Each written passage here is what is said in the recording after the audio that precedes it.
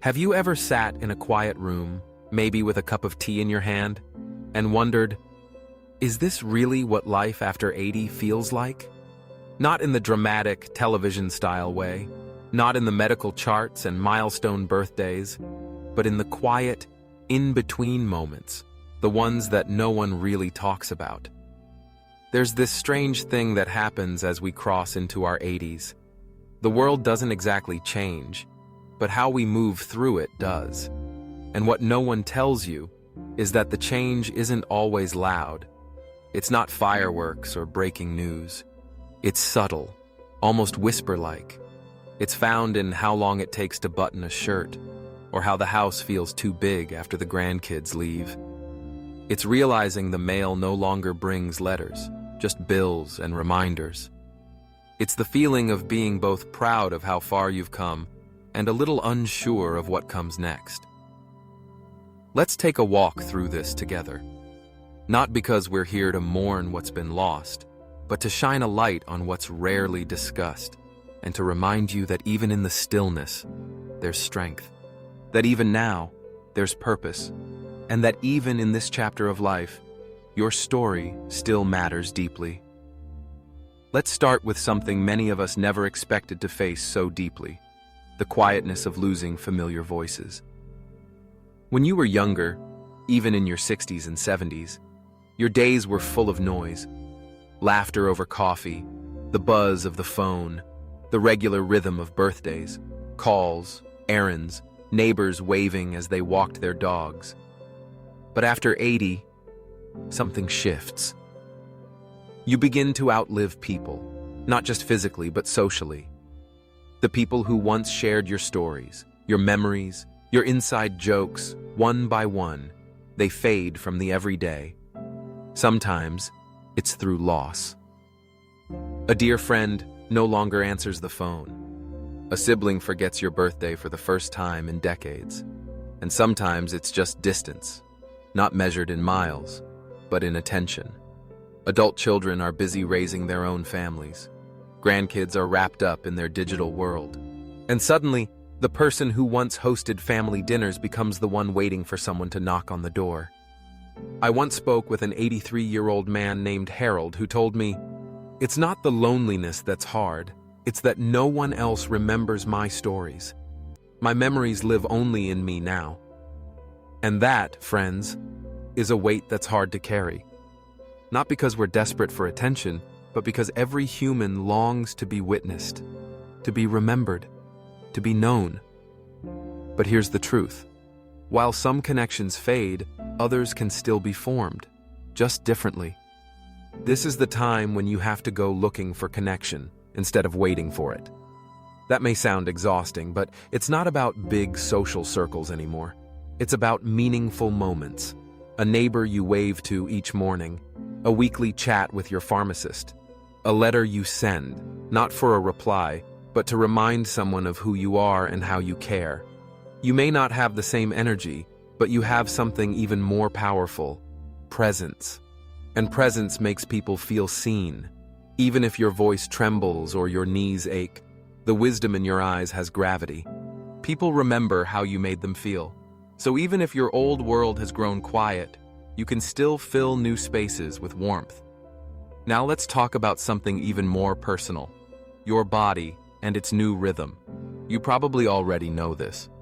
Your body is changing.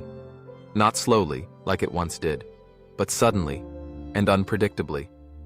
You can go to bed feeling fine and wake up with stiffness in your back that makes you pause before standing.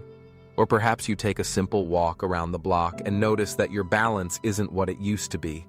There's a fatigue that doesn't just pass with a nap. It lingers. It takes up residence. What no one tells you is that after 80, rest isn't always enough. Healing takes longer. And sometimes, even with all the right care, it doesn't fully come back. That's a hard truth to accept when you've lived most of your life being capable. But it's not a reason to give up. I met a woman named Lorraine. She was 86 when we spoke. She used to be the fastest walker in her gardening club. A fall in her kitchen changed all that. She told me, the hardest part wasn't the fall. It was realizing I now needed help getting dressed some days, that I had to rely on someone. But then she smiled and said, "So I learned to ask for help without apologizing. And I learned to forgive my body for slowing down." Forgiving your body, what a powerful idea. Because you've carried children, lifted furniture, traveled, worked, danced, comforted others, all with this same body. Of course, it's slower, but it's still yours.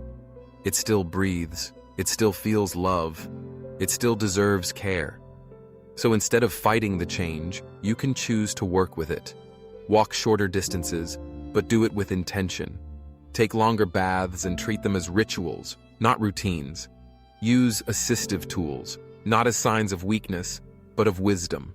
Because the longer you're here, the more you've earned the right to live gently, with grace, not guilt. And one more truth no one tells you: your energy becomes more sacred. When you were younger, you spent energy like spare change. Now, every ounce matters, and that's not a loss, it's a lesson. Instead of spreading yourself thin, you start choosing what truly matters. A slow breakfast in the sun over a rushed errand. A deep conversation over small talk. A moment of stillness over unnecessary noise. This is the age of refinement, not in your manners, but in your time. You begin to cut out what no longer fits, what no longer nourishes, and in doing so, you carve space for peace. That peace? It's golden. If you're still with me here, I'd love to know. What resonated most with you so far? Was it the silence, the change in your body, or the way energy feels different now?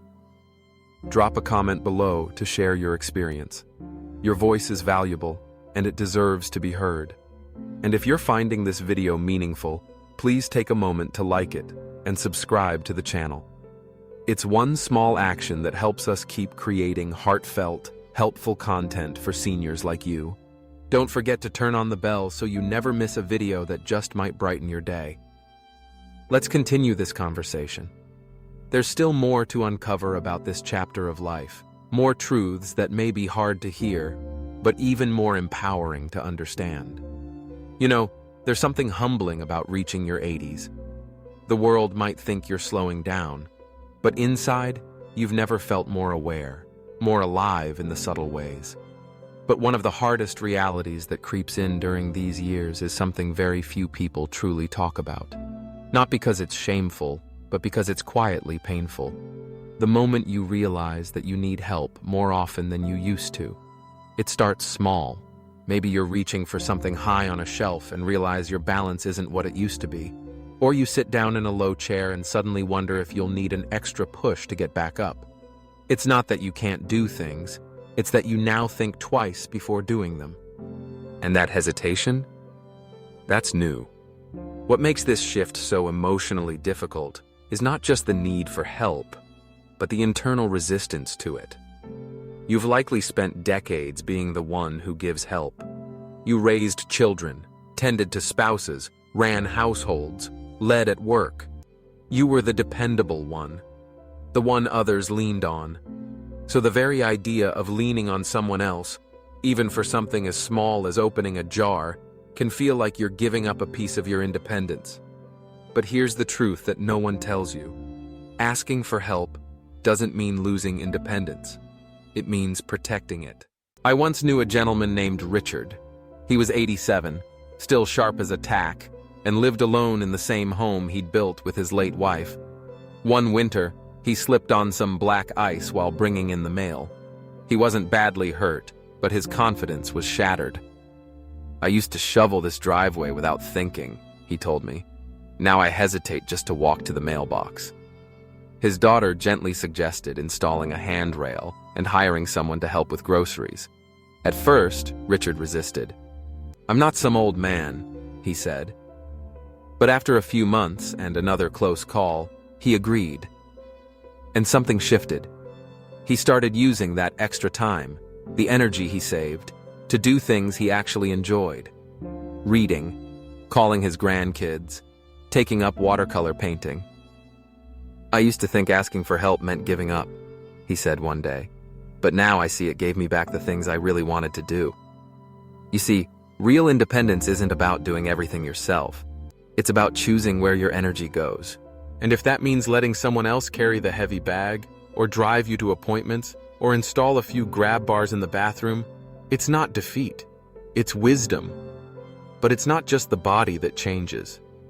After 80, another quiet transformation begins, the feeling of being overlooked. This one is subtle. You walk into a room and no one really makes eye contact. A nurse talks to your daughter instead of you. A server speaks to you slowly, as if age has stolen your intelligence. It's not always intentional, but it stings all the same. There's a sort of invisibility that comes with getting older, not to your loved ones, perhaps, but to the outside world. People stop asking for your opinions. They assume you're out of touch or too tired to care. And slowly, if you're not careful, you start to believe them. You start to withdraw, to speak less, to occupy less space. But here's the thing. You are still here. You are still thinking, feeling, learning. Your stories are rich with history. Your insights shaped by experience that textbooks could never capture. I remember a woman named Teresa, 85, who used to be a school teacher. One day at a museum, a young tour guide started explaining a piece of history that Teresa had actually lived through. She politely let him speak, and afterward, she gently added, "I remember that day clearly. I was in New York when it happened." The guide blinked, stunned. Suddenly, the entire group turned to her, not to the guide, for the real story. That's the moment she realized. Her voice still mattered. She just had to use it. So speak up. Interrupt when necessary. Share your stories. Challenge the assumptions people make. You don't have to shout to be heard, but you do have to refuse to disappear. And here's something else no one tells you. Sometimes, the most important person who needs to stop overlooking you is you. It's easy to fall into the trap of thinking you've already lived your best years, that your time to shine, to grow, to be seen is behind you. But that's a lie sold by a world too obsessed with youth and speed. After 80, your power doesn't come from doing. It comes from being, from presence, from awareness, from the depth you bring into every room simply by showing up. You don't have to prove anything anymore. But that doesn't mean you stop participating. You still get to live deeply, intentionally, and with joy. There's one more truth I want to talk about here, and it's perhaps the hardest one: the return of old regrets when life slows down. You may find yourself reflecting more. The mind turns quiet moments into long memories. You think about choices you made or didn't make, people you lost touch with, risks you didn't take, apologies never spoken. When you're younger, life moves too fast to dwell on these things. But after 80, time stretches out. And with that space comes reflection. Sometimes that reflection brings peace, but other times it brings pain. And that's okay. Regret is not a sign that you've failed. It's a sign that you still care, that your heart is still open, that you're still learning. But here's the gift. Just because the past can't be rewritten doesn't mean the future can't be reshaped. Call that old friend. Write that letter. Say the words you've been holding in. Or better yet, offer forgiveness, not just to others, but to yourself. You did the best you could with what you had, when you had it. And if you know more now, it's because life taught you. That's something to honor, not punish. Before we move on, I want to ask you something from the heart. Are you finding this video meaningful? If so, I'd love for you to take a moment and like the video. It truly helps more people discover content like this. And if you haven't already, subscribe to the channel and hit the bell. We're building a place where seniors can feel seen, heard, and encouraged. and your support means the world to us. You've already made it through so much in life. Now, more than ever, you deserve to live with peace, purpose, and pride. Let's keep walking together. There's one more chapter I want to share, one that holds perhaps the most powerful truth of all. As we come to the heart of this conversation, there's one final truth that quietly defines life after 80. A truth that creeps in, not as a dramatic event, but as a lingering question whispered in the stillness. What now? You see, the calendars are no longer packed. The days stretch a little longer. The mornings are slow, the evenings are quiet, and in between, there's time. More time than you're used to. Time to think, time to reflect, and sometimes, time to regret. And that's where the ache begins, not in your bones, but in your soul. Because when life slows down, your mind speeds up. Memories resurface, old dreams come knocking, and you begin to take inventory of everything you've lived and everything you haven't. But what no one tells you is this: the presence of regret doesn't mean your story is over. It means your heart still wants to grow. I once spoke with a woman named June, who was 89 when she told me something I've never forgotten. She said, "I spent the first 70 years of my life doing what was expected.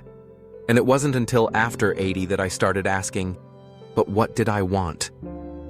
It was then she began writing poetry, not for publication, not for anyone's approval, just for herself.